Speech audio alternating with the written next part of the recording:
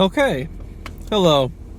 I'm in kind of I don't really know what the right word is, but I'm in kind of like a mood where I just feel not emotional, but just like I guess kind of like methodical and like deeply just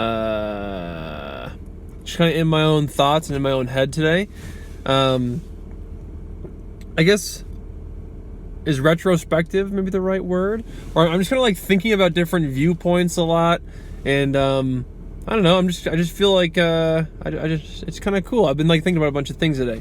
One of the things, I guess I need better vocabulary. I think I need to be able to articulate some things better sometimes. Anyway, I was thinking about this video I was watching on YouTube this morning. It was by Nikki Blacketter. And it was about like relationship advice and her prior experience with relationships, kind of a Q&A. She was answering questions of people or from people. And I guess I was just thinking about that today a little bit, because I had this thought. This is kind of an older thought now. It's a couple of years, maybe like 3 or 4 years ago now. But I was at a party with my friend, and I remember he had told me this story how he was like kissing some girl, and then that girl's friends were behind her, and like watching this whole thing happen. And they were like giving the signal that my friend wasn't like attractive enough, or like wasn't really the right guy to be doing this thing with, like kissing. And they were like saying like back off, this guy's not the one, or something like that. I don't know. I wasn't actually aware of that interaction until he had told me that, a couple days later. But it had actually like bummed him out a fair amount, and it was bothering him that those people, that those girls were doing that. Which at first seems reasonable, right? I mean, it's basically these girls saying, you're not attractive and you don't deserve to be with my friend. That's like it feels like an insult. So when he first told me that, I guess I was just thinking like, oh, that sucks, man. I'm sorry that happened to you. That should never happen to you. But as I've kind of matured and learned and kind of gotten older, since that point, I've learned, or at least I think realized in my own head, that's not a very reasonable assumption to have from a human being, or from any human being, is that they should all find you attractive, right?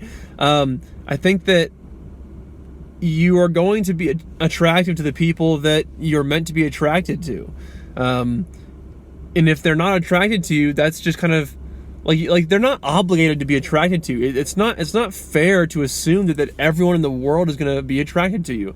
I think that we all understand that, but then when it comes down to like that practice or that thought or like that real life experience, when someone doesn't find you attractive, it feels very personal, and it feels like a jab directly at you, and it just feels very personal.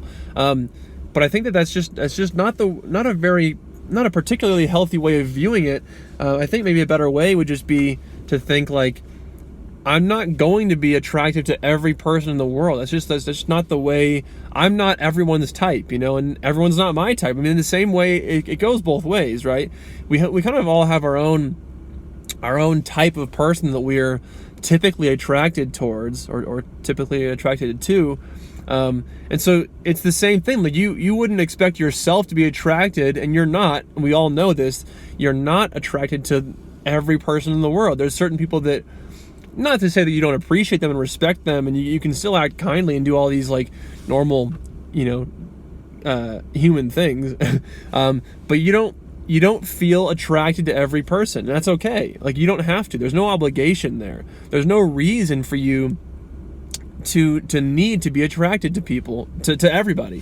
You're going to be attracted to the ones that vibe well with you, and that are just like have this certain physical characteristic, and you have your own type. We all have our own preferences, and I think that's very natural. That's totally fine. There's nothing wrong with that in any way, I don't think.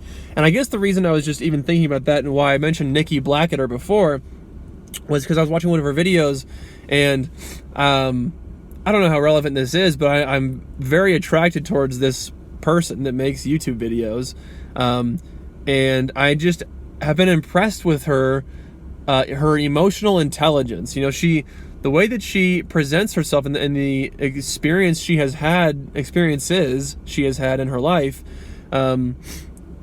allow her to have a very intelligent emotional repertoire. And she just knows a lot, and she's a very mature person, emotionally and relationally, which is kind of cool. And I guess I don't really know where else I was going to go with that, honestly. But I was just impressed by that, and I think that maybe what I was thinking about was just my friend and how I can just remember him being very, and still probably to this day, I don't know how much he's worked on this, but I think that still to this day he's fairly insecure with his emotional state. I think that he has multiple crutches and has these things that he relies on in a big way, to where if those ever were to break down, he wouldn't really know where to go or what to turn to, or how to handle himself.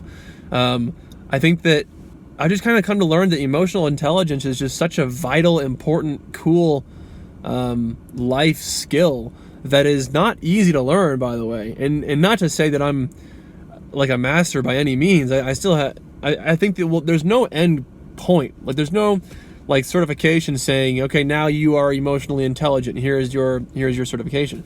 There is nothing like that, and there never will be. But you can certainly work towards just constant growth in that area, and becoming a better, more emotionally intelligent person. And you can kind of walk through the world with that skill set, because it really is a skill set. Like it's one of those things where I don't know if you can be like, there's a whole argument, you know, between talent versus skill, and how talent you have naturally and skill you develop through effort and through time, I guess. And so I don't know if there's talented, emotionally intelligent people. I don't really know how that works, honestly. I think that some people can be brought into the world with a different set of, just a different characteristic, a different person, different human being, and different perspectives that may or may not lend themselves towards being emotionally intelligent.